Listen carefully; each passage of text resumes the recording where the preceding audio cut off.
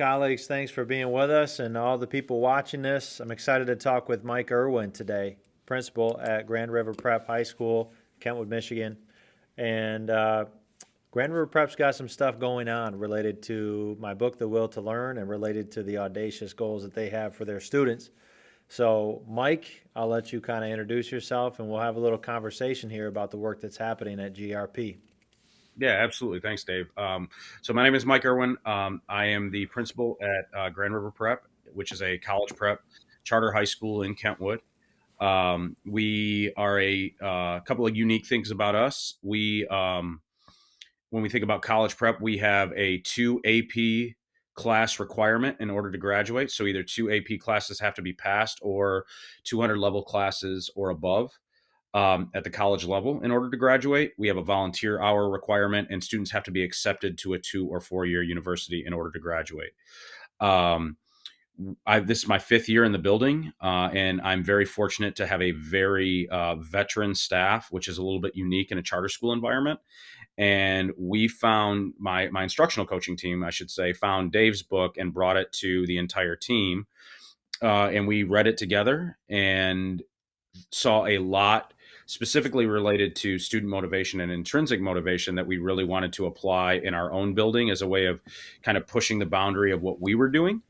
And we reached out to Dave, and it's been a great partnership. And I'm going to kind of let Dave talk through the why behind his book, and then we'll talk about how we've used it at Grand River. Yeah, so basically, as a high school teacher myself, I'm obviously very aware of the fact that it's difficult to teach students when they don't care about learning. If they don't care to do the work of learning, it's really hard then to get them to do work. And then, even if they do work, it won't produce the types of growth and transformation that I'm after as a teacher. And so, when I started to write this book, I just was really curious about what are the types of teacher moves that teachers in all different types of settings at all different types of levels use. What do great teachers have in common? Teachers that produce special levels of student motivation in their classrooms. Um, and I was really curious about all different types of personality types, all different types of approaches. So this was not going to be a book where I kind of chronicled the actions of those larger than life teachers who are just super charismatic or something like that. I just really wanted like nuts and bolts, blue collar strategies that people could use and be confident that if I just get good at doing a few things in my classroom as I'm teaching my courses, over time, student motivation will develop. So the book has 10 focus strategies in it. And Mike, I'm going to kick it back over to you because you guys very wisely, as we began our partnership, you didn't want to focus on all those strategies at the same time. And I didn't want you to either. Yeah, I mean, I think one of the things that we really try and capture on is we are obviously a charter school, and as being a charter school, we are big advocates of school of choice. So one of the things that we really want to harness in on is that while our students may not all be showing behavior that is motivated, someone in their family or that student at some point was motivated to come to us. We do not provide transportation for our students. They come from all over the Grand Rapids area, sometimes even further. And so we have a great school community full of parents, family members, guardians, and students that are motivated. They have made a choice to come to Grand River despite all of the challenging things that we put in front of them. But it's not necessarily showing up all the time in the classroom. So, Dave's book really spoke to us in that way. Three things that we really keyed in on, and I'll just kind of highlight all three, and then we really focused on one so far, are MGCs, or moments of genuine connection, woodenizing, and then mini sermons. And so these were things that, after a lot of reading and a lot of debate, that Dave was a part of, and after visiting some classrooms, we agreed that that was a great place to start. And we really narrowed in on those MGCs. That's how we started the year. It was a commitment we all made to each other, and it wasn't even just I would say we were not lacking in care at Grand River for our students, right? And that was something Dave shared that he saw right away. And everybody says that um, uh, they what they said, right? Like they came to um, we've never gotten feedback, I should say, that has suggested that we are not caring for our students. But I think Yeah. the thing that stuck out to me about Dave's chapter on MGCs was the idea of making sure that it applies to all students. And that's something that's specific to us in that we always talk about that we believe all students can be students that are college and career capable, college and career ready.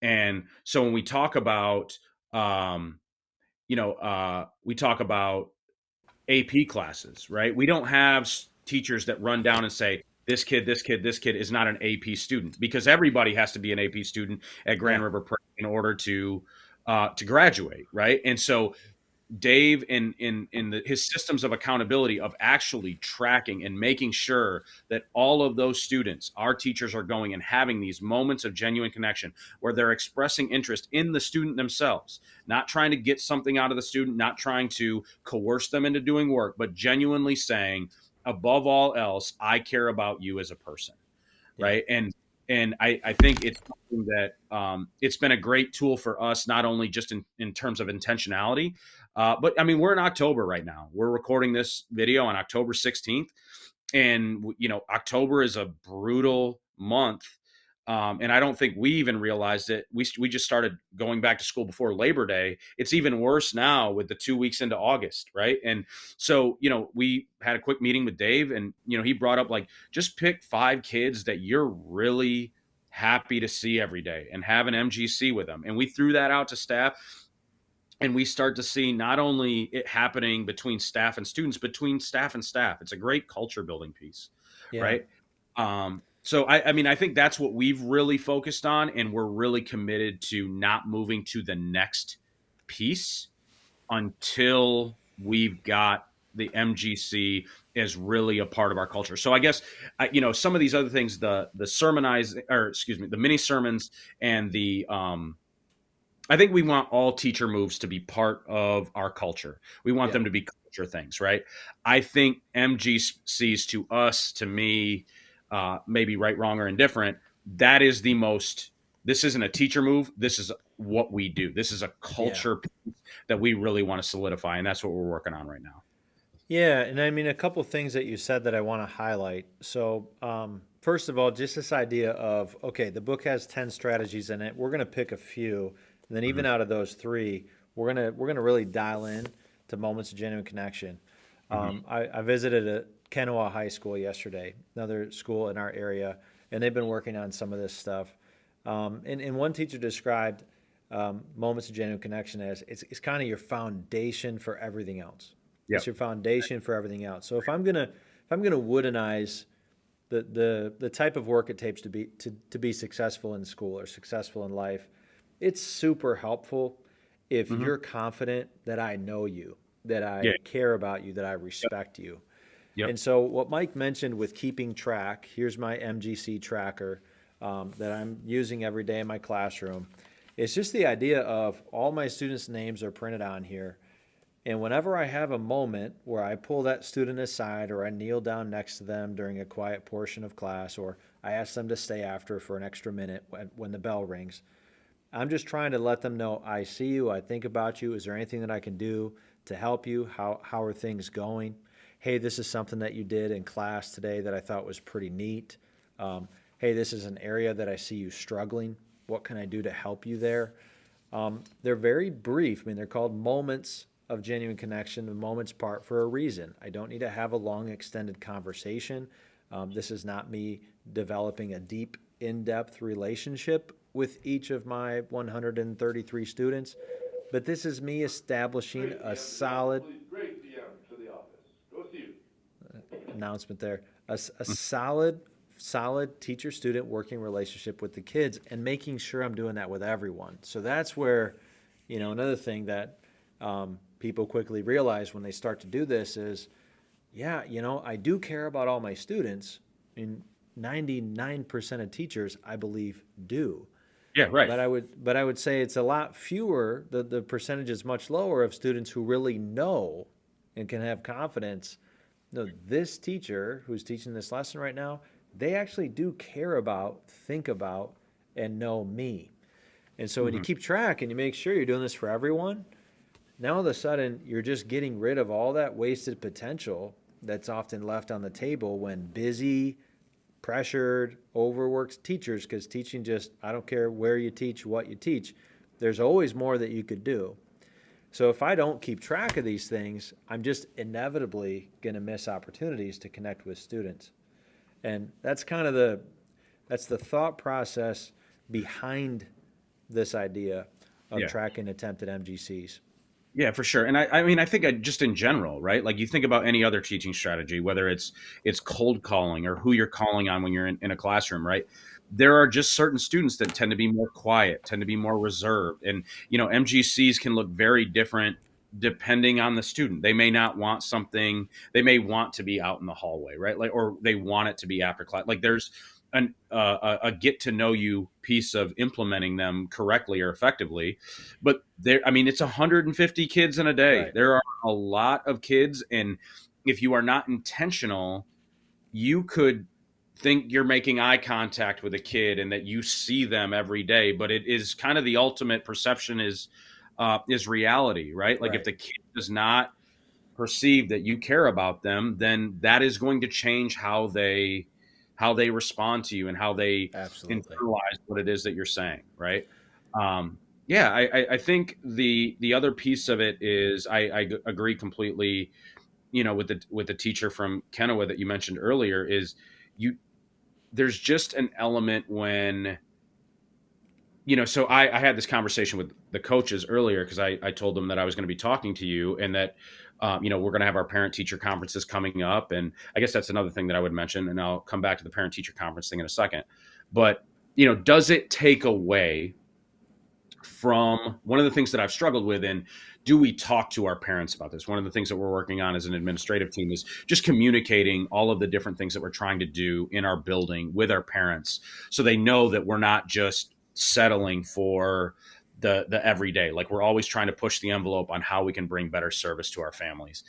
And is talking about and kind of lifting the veil on MGCs, does that attack the credibility Right. of doing it? And it was an interesting conversation because my coaches all stopped me. They said, no, because we're saying that this is something that matters to us. We Right. spent a good chunk of our professional development saying, above all else, we want to know our kids and we want them to feel safe and welcomed. And going back to the choice piece that I talked about earlier, that ultimately their families made the right choice in sending them to Grand River Prep, right? Like that is Yeah. something that we always have to be thinking about.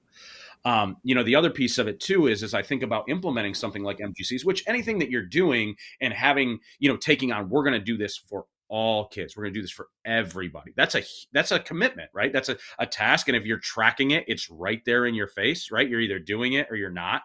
And that can be overwhelming, right? And I think what we're seeing right now, I'm very hopeful that as we roll into parent teacher conferences next week, I've had a number of staff members mention that they feel more ready for parent teacher conferences than they've ever felt, right? Like when the Mm. parents sit down, they're going to be able to speak to something specific about Right. these kids, right? And that, again, that just, oh, they told me all about this trip that they took over the summer. Oh, they told you about that? They never talked to us, right? Because like I have Right. a first year now at home, and getting her to talk about school is pulling teeth, right? Yeah. They find out that they're talking to us about that stuff. That's kind of a little bit crazy for them, but it also shows that we really care. So we're also kind of Yeah. looking, we implement this for them to see the successes and things like that are coming out of putting in all the work with regards to the MGCs. Yeah. I like that your coaches brought up, like, man, do we really want to let people know, let the community know that this is what we're trying to do? Because does it ruin the authenticity of it? But there, that word genuine comes out, right? Mm-hmm. A Yeah, right. true moment of genuine connection is, no, I actually Mm-hmm. appreciate you. I Mm-hmm. actually see this potential in you, and that's what I'm pushing you towards, and I want to know if I can help. Right. Um, like no one is going to have a problem knowing, okay, Dave Stewart is trying to be really intentional about doing that with me, or the Mm-hmm. teachers here are trying to be intentional about doing that with me.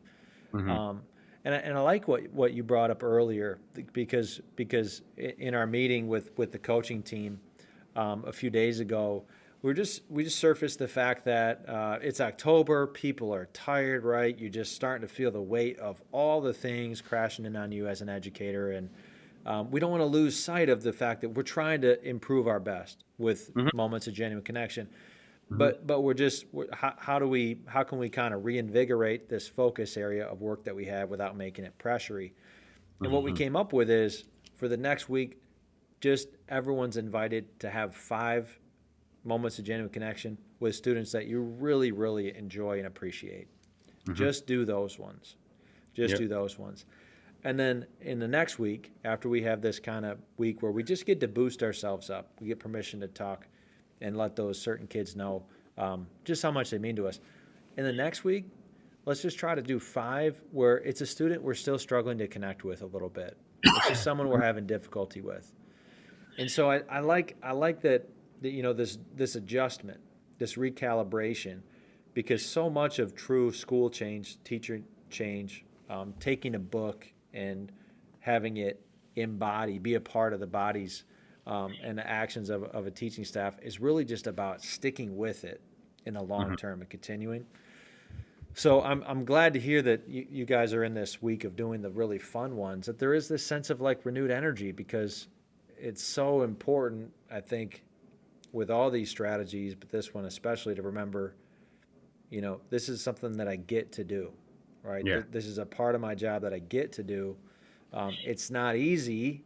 It's a lot of work, especially at first, getting to know all those kids, but it is kind of enjoyable at the same time.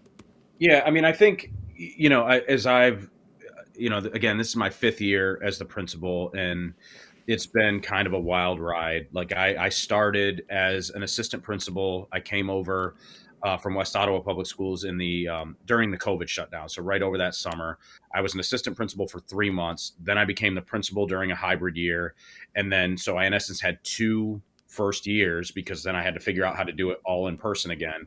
Hmm. And then the last 3 years have been, now I get to start finding my initiatives and what is going to be my impact on this building and where we're going to go. And I think one of the things that I've struggled with is I am very much a person, you can go anywhere in education and find a new initiative to grab on to, and usually it'll come in a box and you can go out and say you're doing it, and you can post about it on social media, and you can do all these other things. And I'm just very anti that. I don't like the idea of just doing things for the sake of saying you're doing them. And I think the real work of anything that you're doing is, are you able to do it over a long period of time? Because that is really, really hard. No one is ever going to say that moments of genuine connection with students is a bad thing. That does not mean it's not really hard to do and to continue to do it over time. What I have appreciated specifically with MGCs is, and even as we think about doing woodenizing and things like that going forward, is it provides a structure where we can do little reminders, right? 5 kids that you really appreciate, 5 kids that you haven't made a connection with. We were all sitting around, right after our meeting, and we had put out this challenge to the staff, and there's a large group text of support staff and administration on it. And somebody throws out like, hey, why don't we all just do this with one person on the staff and just go and find somebody that you really appreciate working with? It took no time. I mean, it's cocktail hour. It's 6, 7 o'clock at night. Right. And we all came up with this thing and we all did it, and we all held each other accountable. We're texting back and forth who we talk to, and, Yeah. making sure that we're doing it. But it provides a structure to make sure that you're keeping it small and bite sized. Yeah. You're switching it up a little bit, and that you can Yeah. make sure that it truly does become part of what you do. Right. There's this statistic of, you do something for X number of days and it becomes a habit. Right. Those days are really, really hard. And the second 50% of those days are the hardest. So how do Right. you make sure that you have something that's going to carry you all the way through with that? Yeah, and keeping it fresh is so important. Like Hmm. I ran into a teacher at the end of that day in Kennewick yesterday. She was like, I'm having a little bit of a hard time going through my checklist because I feel like I'm just forcing these conversations. And Yep. so I just encourage her to like, okay, what's a different angle that you can take on this? So maybe it's I want all you students to tell me one thing that you're looking forward to this school year, or something that you want to do after high school, Everyone writes about it on the first day, tomorrow in class. And you just tell them, I'm going to pull all of you guys aside in the next month and I'm going to ask you this question. So just want you to be ready to share that with me because I just want to get to know you a little bit better. Like tiny little tweaks or adjustments, what your staff did, even applying it to each other on the Mm-hmm. team. It's Yep. just how do I keep this fresh enough so that I can stay fully engaged? Mm-hmm. Because once it just becomes a rote activity, it's just Mm-hmm. like a lifeless, mindless drill. Yeah, it loses its power, and we're just missing out on what's really happening here, and it's the building of life-giving relationships in the context of school. Well, yeah, and I mean the other part of it too is right, like the moments of genuine. So take the fact that it's a term in the book, right? Take that it's a chapter in the book, right? Out of it, or a strategy in the book. Moments of genuine connection are what get a lot of us through some of our Right. toughest days in education, right? So, Yeah. like in this particular case, you're really just pushing it back to during the hard times, this is why we do what we do, right? Yeah. And if, I Yeah. mean, quite frankly, it's also kind of telling, like, if moments of genuine connection aren't really something that reinvigorate you or at least are somewhat of a positive for you, then maybe Yeah. this guy, maybe you're not in the right career field, right? Like this is kind of what we do. And Right. so yeah, I mean, I've truly enjoyed, the last 2 or 3 months with all the grind and the challenges. And, we've had conversations about, we went into this year, we're going to put in 3 strategies. Right. Yep. And if I've learned anything, it's sometimes you got to take the timeline off. Right. You Yeah. let Right. it go and make sure that you're doing something really well before you move on and you're 100% sure. But the MGC thing has been great, and some of the other things too is these strategies. So now our entire staff is reading the book, and um, these strategies are things that can be incorporated individually in different coaching cycles as well. So if you have Mm-hmm. teachers that they're knocking it out of the park with MGCs, and and this, to a certain extent, this is where our work with the book came up. Is we have a lot of teachers that have been nominated for a lot of awards, and they have a lot of opportunities to go to Right to other the schools office. Go see her. Yep. and make more money than they would make in a charter school. And so it's incumbent upon us to win every other argument as to why they should stay. And one of the ways that we can do that is say, I just because you're good doesn't mean that I'm done helping you develop. And Yep. this was an avenue by which we were able to do that. Attention staff, Yeah. please no more Yeah. announcements after 3:45 Absolutely. PM over the TV. Absolutely. Thank you. Um, so this whole idea of removing the timeline. One thing that I thought that GRP did that was really excellent and kind of set a new bar for me is, Go see her. oh my gosh, man. Yeah, Do you hear all these announcements right now, my Mike? favorite was the announcement about no more Not announcements. making announcements. Yeah. Yeah, Yeah. We okay, got a bunch of wise guys around here. October affects everybody differently. yeah, Um, okay. yeah. Yeah. What I wanted to get to there is just this idea that, during your back to school PD, it was kind of like you wove in these 3 strategies. And on one day, part of the day was we're looking at moments of genuine connection, then mini sermons, then woodenization. And kind of you set a really robust framework of these 3 strategies. And what I expect is going to happen at GRP is once you and the coaching team and the faculty kind of feel like, okay, we've really internalized how MGCs work. We've got our systems down. Each teacher has kind of figured out how to make it theirs in the sense of, so and so does them all in the same exact way, same exact time of lesson. So and so really kind of goes in spurts, but gets a whole series done in a month. But it's real heavy at certain parts of the unit. Eventually you're going to want to shift into the next one. And I know you had mentioned that you wanted us to talk a little bit about woodenization, Mhm. and maybe more so talk from a parent angle. So tell me about that kind of question that you had. Our parents have, expressed, over, again, I started being a principal in a time where you like weren't allowed to be around people. Right. So I had, I was very fortunate after my first year, about a year and a half in, I had a group of parents come and say, I'm not sure that the communication with parents is where it needs to be. And so the last 2.5 years has been a commitment by me to continue to get better and better. And so we built a Parent Hub website this year. Actually goes up to and including, I actually hired one of the parents that came to me to be a special ed teacher with me this year. So I'm really committed to getting parents involved in our building.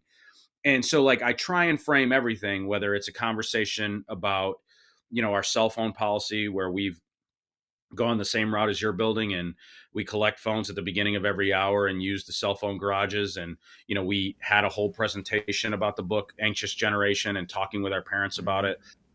Also our vaping, we're a school that has vape detectors in all of our bathrooms. So how does that work, and what can parents do to help protect their kids from vapes? And then I think about like, okay, from a will to learn perspective, what can parents do, right? Yeah. I think about so many things that a parent is a part of developing with their kid. And it could be anything across the board. And I just think woodenizing is a perfect thing to, Yeah. challenge parents and encourage parents, or just highlight for parents the things that they're already doing, right? Whether it's, you're taking your kid hunting, you're taking your kid fishing, you're, showing them how to tie a tie, you're Right. Right. showing them how to cook grandma's, best recipe, whatever it is. Yeah. How are we woodenizing for our kids?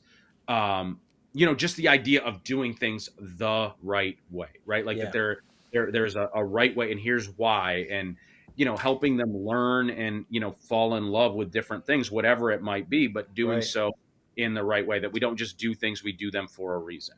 Yeah. um Yeah. So I thought this was an interesting prompt just for me personally, Mike, because I mean, it wasn't even a week ago where I was all of a sudden laying in bed at night, couldn't sleep. I just was having one of those existential parent moments where you're like, ah, my kids are getting old and, only have so much time left with them. And it just kind of struck me, man, I should be doing more of this just with my own children. Obviously, it's going to look different, but because really, I mean, I say right in the beginning of this book, this is a book about loving students well. As mhm, a teacher, as a professional, just providing an act of love, which is, I just want you to go out into life and kick some butt. I want you to have a nice, full, flourishing life. And so this book is really how do I lovingly create an environment like that where they're sort of drawn in mhm, versus feel coerced. And mhm, so this idea of woodenizing for our children, I've been thinking about this in my home, and then you asked me today, so it's just one of those things. Obviously, I need to think about. But mhm, the strategy is named after John Wooden, and the story goes that on the first day of basketball practice at UCLA, he would teach these college athletes the right way, the way he wanted them to put on their socks and shoes. And he would basically say that, show them exactly how. He would explain to them why, talking about blisters and unnecessary injuries from shoes coming untied. And he wouldn't, it only take a few minutes, but he really took care to make sure they're all paying attention. Like, I just want to show you how this should be done, and explain why, and then move on. mhm, So yeah, this idea with parents doing this is every parent who's listening to this knows things mhm, that their children don't. And I don't care how mhm. smart your kid is, Yep. how savvy they are in some areas where like they're way more advanced than you maybe. Mhm, There are just parts of life where you've figured out a system, you've figured out a way of doing things. It could be hobby related. You mentioned fishing, like it could be something like that. It could be just being organized, mhm, waking up on time in the morning. mhm, But I think just it's this idea of, if I was a parent and I could just show my children one thing that has been helpful to me, and mhm, if I could make that as simple and clear and short as possible, but just mhm, literally give them a couple bullet points, or like a step by step. When Wooden describes that shoe tying thing, he really describes it. It's just step by step, and he's showing them exactly how. Um, what would that be? yeah. And then what would it take for you to just pull your children aside, and maybe it's one child, maybe it's however many that you have, and just say, hey, I want to share this with you. This has really been helpful for me, important to me. I used to not be good at this. Now I am. This is what I do. Mhm. Um, and I think Yeah. you can be creative there and pick what comes to your mind. Oh yeah, I mean it's wide ranging, right? Like there's no Yeah. value judgment on what a good thing to woodenize, and I mean I can Yeah. certainly think of couple of things that I would prefer people not to woodenize, but like, I mean, ultimately, it's to the parents' discretion.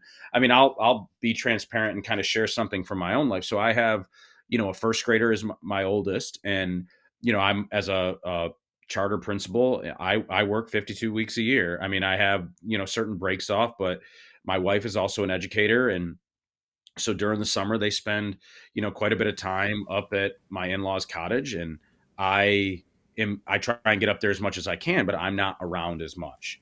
And I'm by no means an absent father. I'm home every night and whatever, but it's something that I struggle with, right?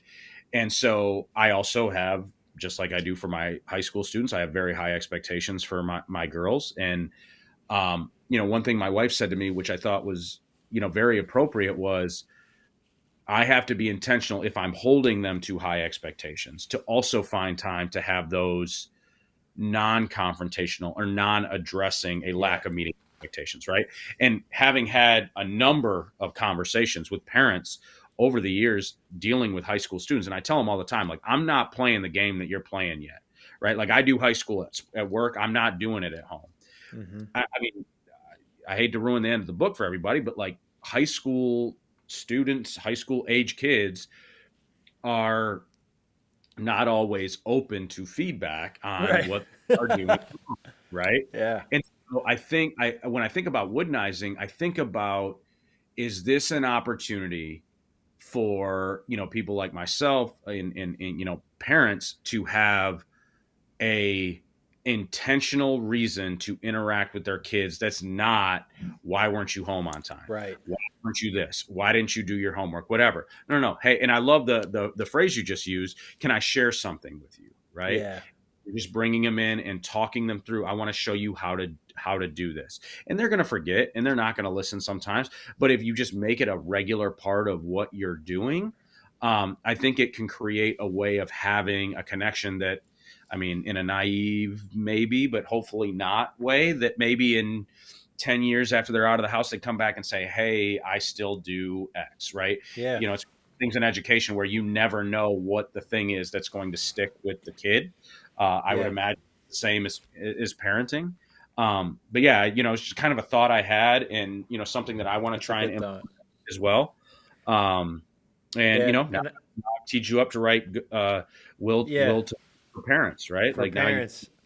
write Yeah, another well, book. and on a related note, after that sleepless night, I printed out my kids' names on a clipboard, and I've started to just try to look for that chance every day to ask Hmm. them a question that I'm really going to listen to the answer, or just tell them something that I see in them. So, yeah, I don't know if that book will ever come, Mike, but I'm certainly, You got uh, until, I'm going to give you till the end of 2025. How's yeah. that? I Well, give you. and let me just give a little thing that might make parents feel better, the parents of your students. There's no age range in the human experience more sensitive to being condescended to or looked down upon or bossed around. There's no age, younger or older, more sensitive than high school age. So, um, what we are talking about is it is tricky. We understand that, but um, emphasize sharing. Yeah. Emphasize this has helped me, and I just as your mom, as your dad, I just wanted to share this with you really clearly and simply, in case it's helpful. Yep. Yeah. Huh. All right. Well, Okay. uh, I'm looking forward. I have a tracker that I use for myself, just on things that I try and do every single day, and my three for the top three are always love AJ, love Mackenzie, and love Sarah. That's my two daughters and my wife, and Yeah. I've found myself just filling those. That's how I do. If I did it, I fill in that square, filling those squares in, but I don't have a metric Yeah. by which I'm determining that. And I think, the MGC side or the woodenizing side might Yeah. be a good way of quantifying that, right? Like, Yeah. am I Yeah. doing that, right? Yeah, like Uh, a tangible act of love, because it's yeah, easy as a parent to just be like, "I'm literally at work today. I yeah, I am loving you." yep, I yep, woke up this morning and went to work, and I was tired and I wanted to sleep in. yeah, But sure. For But, sure. you know, like you said, perception is reality, right? Mhm. And woodenization, moments of genuine connection, these are ways to kind of make the perception line up with the reality that we parents, we actually do love you. We actually And do believe think it or about not, you a you're not. lot. I mean, I'll say it, and I'm no expert by any means, but like I I'm not going to MGC with my wife and my two daughters every single day. Like Yeah. I'm going to shoot for that, but there are going to be days where it just doesn't Yeah. happen, and that's Yeah. okay. I just I mean, just that is the goal every single day, and you try and make that happen. Hmm. A worthwhile goal and something we can all shoot for. Yeah. Yeah. It's stuff we get to do. That's what we got to remind ourselves. If I don't get to do something today, if I fall short of the mark, okay, I just didn't get to do it today. It doesn't mean Yep. I'm like a deadbeat dad. I didn't get Hmm. to do it today. I'll try Yep. tomorrow. So, Yep. well, I expect, Mike, that as our partnership matures and we continue to learn things through trying at GRP, that we'll talk again. Hmm. But I appreciate that we've gotten a chance to have this talk, and I hope that you'll share it with your stakeholders there at GRP, and I'll definitely share it for what it's worth with other schools that are trying to take the ideas that I write about and help them to take on life and become, like you said, become part of what we do. Hmm. Part of what we do. This is just how we do school. Yeah, and I mean, I would just say my vision for GRP is that I always use I want it to be a place that people look to and come to see things that are happening in education. I want to be kind of a spotlight of things that are good in education. So, we have a very, very open door policy. If there's Mm, anybody that is interested in the work that's happening or would love to see what we're doing and what we've learned from, I couldn't recommend working with Dave more, and reading the book. But if it's ever something we don't need any heads up, our classrooms are always open. Just let us know, and we'll set up a time and go from there. But I appreciate everything that you've done for us, Dave. It's really helped us as a building find really a more granular direction. yeah. Um, and looking forward to continue to work with you. All right, sir. Thank you very much. Until next time.